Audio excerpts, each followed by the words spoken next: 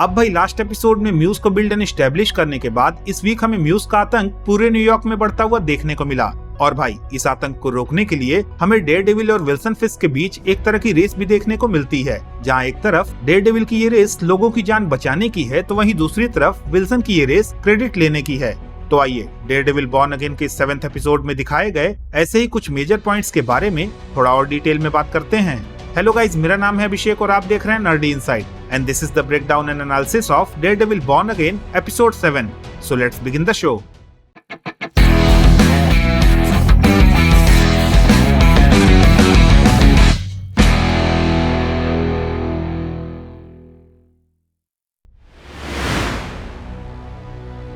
अब भाई एपिसोड की शुरुआत होती है विल्सन फिस्क के ऑफिस से, जहां विल्सन डेनियल और बक के साथ न्यूयॉर्क सिटी में म्यूज की वजह से जो डर फैलता जा रहा है उसके रिगार्डिंग बात कर रहा होता है। लेकिन जैसे ही डेनियल उसे बताता है कि डेयरडेविल वापस से लौट चुका है और उसने एंजेला को म्यूज के हाइडआउट से भी बचाकर निकाला है, तो इसके बाद हम विल्सन को बुरी तरह से पैनिक करते हुए देखते हैं। इनफैक्ट हम एपिसोड में आगे विल्सन के इस पैनिक का रीजन भी समझ पाते हैं जब वो बक से डेयरडेविल द्वारा उसके पूरे एम्पायर, जिसे वो फुल प्रूफ समझता था, उसे पूरी तरह से बर्बाद करने वाले इंसिडेंट को डिस्कस करते हुए देखते हैं। साथ ही यहाँ पे हम उसके पॉलिटिक्स में आने का अल्टीरियर मोटिव भी सेंस कर पाते हैं, जहाँ पे वो सिस्टम की पावर्स का यूज करके डेयरडेविल और उसके जैसे हर किसी विजिलेंटी को रोकना चाहता है जो कि उसके खिलाफ इन फ्यूचर थ्रेट साबित हो सकता है। खैर, एक तरफ हम पुलिस को म्यूज के हाइडआउट को इन्वेस्टिगेट करते हुए देखते हैं, तो वहीं दूसरी तरफ हम मैट को चेरी से अपने रिसोर्सेज का यूज करके म्यूज के हाइडआउट के रिगार्डिंग डिटेल्स को इन्वेस्टिगेट करने के लिए कहते हुए देखते हैं, जिस पे चेरी उससे गुस्से में उसके दोबारा से डेयरडेविल बनकर म्यूज को पकड़ने वाले इस सुसाइड मिशन से दूर रहने की बात कहकर वहाँ से चला जाता है। लेकिन भाई वहीं हम पुलिस डिटेक्टिव को म्यूज के इन्वेस्टिगेशन के रिगार्डिंग रिपोर्ट को विल्सन को सबमिट करते हुए देखते हैं, जहाँ पे हमें पता चलता है कि म्यूज का नाम बेस्टियन कूपर है और वो अपने विक्टिम्स को हंट करने से पहले उनका आर्ट बनाता है। जिसके बाद विल्सन इस केस को अपने लेवल पे टेक केयर करने की बात कहकर डिटेक्टिव को थैंक यू बोलकर वहाँ से जाने के लिए कह देता है। खैर, इसी बीच हम बेस्टियन कूपर, जिसे हमने 2nd एपिसोड में भी हेदर की बुक पे उसका ऑटोग्राफ लेते हुए देखा था, उसे सेशन के लिए हेदर के पास आते हुए देखते हैं, जहाँ पे अपने पास्ट के रिगार्डिंग बात करते हुए जब उसके नाक से खून निकलता है तो वो उसी खून से पेंटिंग बनाने लगता है, जिस पे जब हेदर को शक होता है तो बेस्टियन अपनी म्यूज वाली आइडेंटिटी रिवील करके उसे ही अपना नेक्स्ट विक्टिम बनाने लगता है।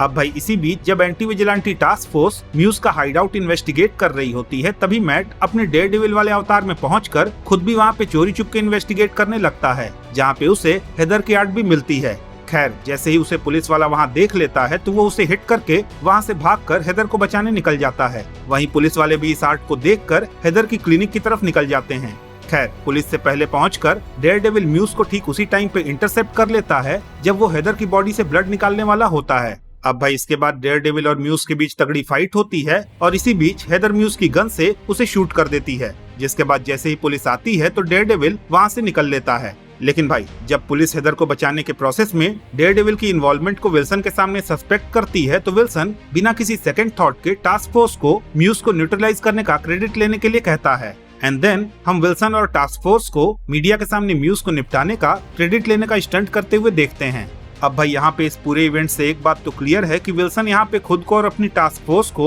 न्यूयॉर्क की जनता के सामने हीरो बनाकर प्रेजेंट करना चाहता है, जिससे कि इन फ्यूचर अगर वो या फिर उसकी टास्क फोर्स डेयरडेविल या फिर किसी भी विजिलेंटी के पीछे पड़ती है तो उसे जनता का पूरा सपोर्ट मिल सके। अब भाई यहाँ एक तरफ म्यूज को लेकर ये सारा बवाल चल रहा होता है, वहीं दूसरी तरफ बैकग्राउंड में इस एपिसोड का सबसे इंटरेस्टिंग टर्न ऑफ इवेंट हो रहा होता है, क्योंकि यहाँ हम वेनेसा को लूका से मिलते हुए देखते हैं, जहाँ पे लूका वेनेसा से कहता है कि जब से विल्सन पॉलिटिक्स में गया है उन लोगों की सारी कमाई बंद हो गई है और उनका सिस्टम भी क्रम्बल कर रहा है। और भाई इसी वजह से लूका वेनेसा को सिंडिकेट की लीडरशिप में चेंज करने का हिंट देता है, जो कि एक तरह से इनडायरेक्टली वेनेसा को ही विल्सन को ओवरथ्रो करके लीडरशिप को रिज्यूम करने को कह रहा है, जिस पे वेनेसा भी एक तरह से स्माइल के साथ वहाँ से चली जाती है। और भाई फिर एपिसोड के एंड में हम वेनेसा को लूका को विल्सन की डाइनर की लोकेशन बताते हुए देखते हैं, जहाँ वो अकेला खाना खा रहा है। और यहीं पे जब लूका विल्सन को मारने आता है तो बक उसे शूट करके मार देता है। अब भाई यहाँ पे मेरा 2nd एपिसोड का डाउट एक तरह से सही होता हुआ दिख रहा है, क्योंकि हर एक एपिसोड में हमें एक तरह से वेनेसा और विल्सन के बीच किंगपिन की पोस्ट के लिए अपकमिंग टसल का बिल्डअप होता हुआ दिख रहा है। हालांकि ये टसल डायरेक्टली कब शुरू होगा, well that we have to see. तो भाई दैट्स इट, ये थे मेरे डेयरडेविल बॉर्न अगेन के एपिसोड 7 का ब्रेकडाउन और एनालिसिस। अगर आपको ये ब्रेकडाउन पसंद आया तो प्लीज इस वीडियो को लाइक कीजिए, शेयर कीजिए और हाँ, अगर आपके कुछ सजेशंस हैं तो please don't forget to comment और जाते जाते प्लीज इस चैनल को सब्सक्राइब करना भी ना भूलें। तो मिलता हूँ मैं आपसे अगली वीडियो में, तब तक के लिए have fun and enjoy the day.